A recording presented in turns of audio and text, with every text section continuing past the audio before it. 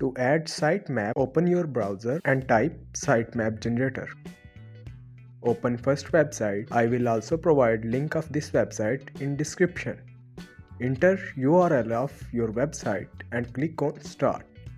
It will take few seconds and create a sitemap for you. Click on view sitemap detail. Download sitemap. You can also view details of your sitemap here. After downloading, go to your cPanel. I have a hosting from Hostinger, so I will open cPanel of Hostinger.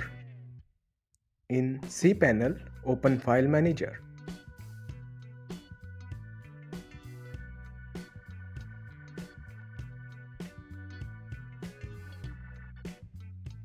Then open public HTML.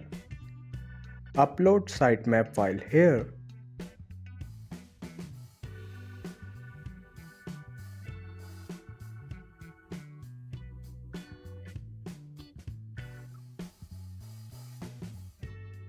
After uploading, go to your search console and open Sitemaps. In Sitemaps, type sitemap.html.